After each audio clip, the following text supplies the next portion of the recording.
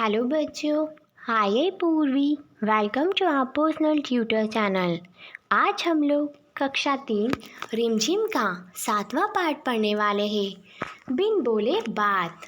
तो चलो शुरू करते हैं यह पाठ। बिन बोले बात यानी अगर कोई बिना बोले बात कैसे कर सकता है। हम लोग भी बिना बोले बात तो इशारों से कर सकते हैं। वैसे ही कुछ इसी प्रकार की चीज़ें हमको इस पाठ में बताई गई है। तो शुरू करते हैं पाठ। चुप तुम रहो, चुप हम रहे, चलो एक खेल खेले। इस खेल में सबको बिना बोले अपनी बात दूसरों तक पहुंचानी है। सभी बच्चे साथ साथ के गुटों में बट जाओ।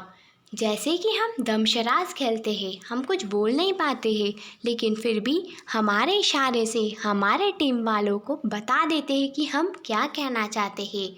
ठीक उसी प्रकार इस पाठ में भी एक खेल खेला गया है, जिसमें 2 टीमें बांटी गई है। दोनों टीमों में 7-7 बच्चों को बांट दिया गया है। इस खेल में तुम्हारी टीचर सभी गुटों को एक एक कागज़ की पर्ची देगी। हर पर्ची में कुछ लिखा होगा। सभी अपने अपने गुट में पर्ची पढ़ेंगे। सभी गुटों को पर्ची के अनुसार मुख्य नाटक तैयार करना है।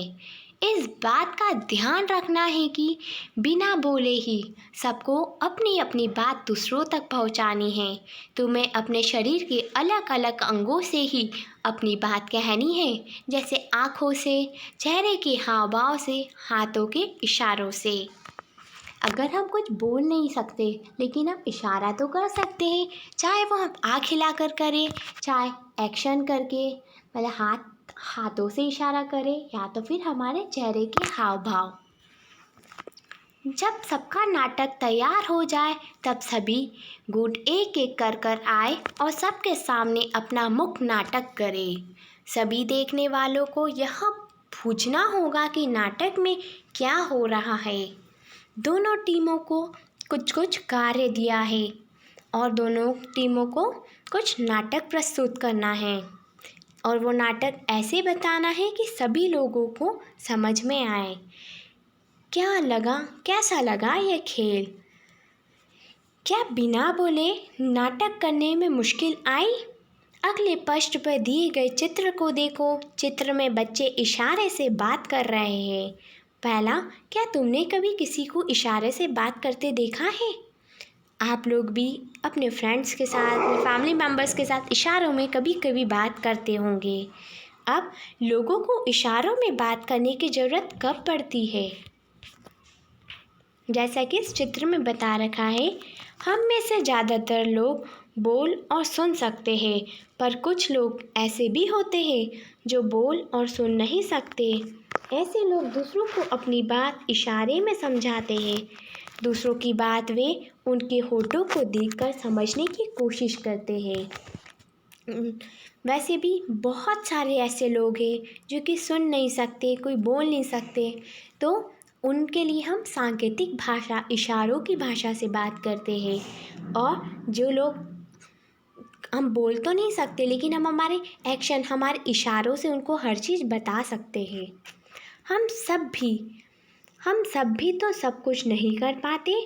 हम में से कोई गाता अच्छा है, तो कोई कविता अच्छी लिखता है, कोई बच्चे झट से पेड़ पर चढ़ जाते हैं, कुछ बहुत तेज दौड़ते हैं, कोई चित्र अच्छे बनाता है, तो कोई सुर में गा पाती है।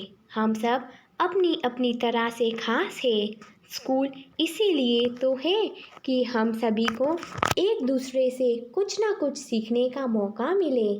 सबकी तरह जो बच्चे बोल सुन नहीं सकते, वे भी स्कूल जाकर पढ़ते लिखते हैं। इन बच्चों को स्कूल में इशारों से बात करने की भाषा सिखाई जाती है। आओ अब एक बच्चे के बारे में पढ़े जो सुन नहीं सकती, वह बच्ची फिर भी कितना कुछ कर पाती है। मेरी बहन सुन नहीं सकती। मेरी एक बहन है, मेरी बहन सुन नहीं सकती। मेरी बहन अनूठी है, बहुत कम लोगों की बहनें ही मेरी बहन की तरह होगी।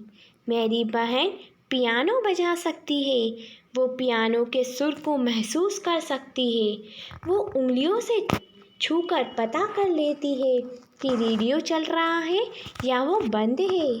कूदने, उछलने और कलाबाजियाँ लगाने में उसे बड़ा आनंद आता है। मेरी बहन अब मेरे ही स्कूल में जाने लगी है। वैसे माँ उसे घर पर बोलने की और होठ पढ़ने की ट्रेनिंग देती है।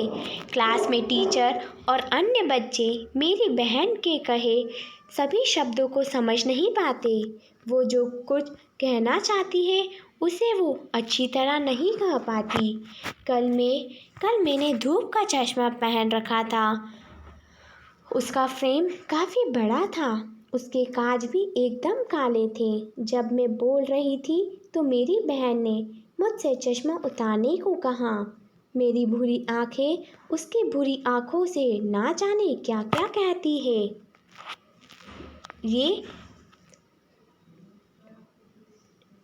जीन व्हाइटहाउस पीटरसन की कविता के कुछ अंश है जिसका अनुवाद अरविंद गुप्ता ने किया है।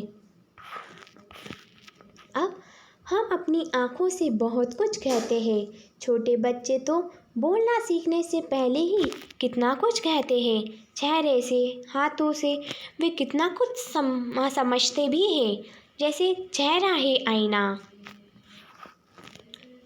जैसे हमारे चेहरे से हम कितनी चीज़ें बता सकते हैं, तो दूसरे लोगों के लिए हमारा चेहरा आईने की तरह है।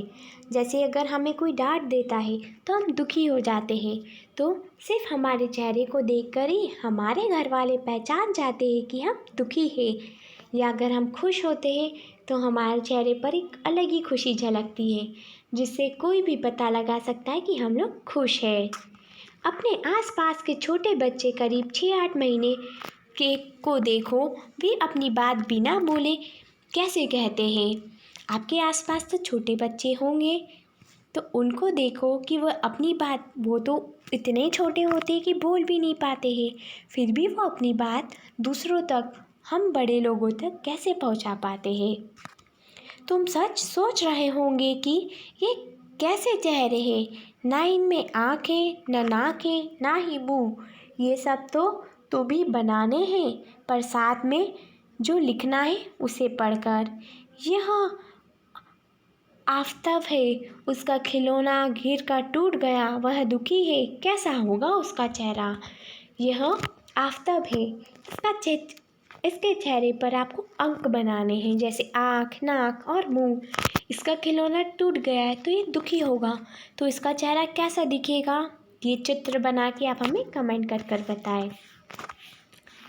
यह जूली है, कल ही उसकी छोटी बहन पैदा हुई, वो बहुत खुश है, उसका चेहरा बनाओ। यहाँ पर आपको इसका चेहरा बनाना है जो कि बहुत खुश है। यह यामिनी की अम्मा है। यामिनी ने जब रसोई से आचार की शीशी निकाली, शीशी गिर कर टूट गई, अम्मा का चेहरा बनाओ। अगर हमसे भी कोई गलती हो जाती है तो हमारी मम्मी का चेहरा कैसा होता है, उसी प्रकार से आपको यामिनी की अम्मा का चेहरा बनाना है। यह रिहाना है। रिहाना को कुत्ते ने बहुत डर लगता है। वह खेल रही थी, अचानक उसके सामने एक कुत्ता आ गया। कैसा होगा रिहाना का चेहरा। अगर हमारे सामने कोई ऐसा जानवर आ जाए जिससे हमें डर लगता है, तो हमारा चेहरा कैसा दिखेगा। चित्र बना के हमें बताएं। चेहरे को देखकर हमें पता चल जाता है कि कौन दुखी है, कौन खुश है और कौन गुस्से में। तुम्हारे साथ कभी ऐसा हुआ है कि तुमने कोई शरारत की हो और माँ को तुम्हारा चेहरा देखकर ही समझ में आ गया हो। नाच से भी हम अपनी बातें दूसरों तक पहुंचा सकते हैं। नाच में इशारों और चेहरे के हाव भाव का इस्तेमाल करते हैं, इन्हें मुद्राएं कहते हैं। नीचे नाच की कुछ मुद्राएं दी गई हैं, बताओ ये मुद्राएं क्या दिखा रही हैं। जैसे पहली मुद्रा कुछ अलग दर्शा रही है, दूसरी मुद्रा में कुछ और दर्शाया जा रहा है, तीसरी मुद्रा में कुछ और चौथी मुद्रा में सबसे अलग कुछ। तो हमें बताना है कि इन चारों मुद्राओं में क्या बताया जा रहा है। नाच की कुछ मुद्राएं तुम भी सीखो और करके दिखाओ। चित्र को देखकर अपने मन से कहानी बनाओ, अपने साथियों को सुनाओ और उस पर बातचीत करो। जैसा ये चित्र दे रखा है गिलहरी का, चित्र को देखकर एक कहानी बनानी है और अपने दोस्त के साथ बातचीत करनी है हमको। जैसे कि चित्र 1, चित्र 2, चित्र 3 और चित्र 4। ये सब जल्दी करके आप हमें कमेंट कर बताएं। Thank you, have a nice day.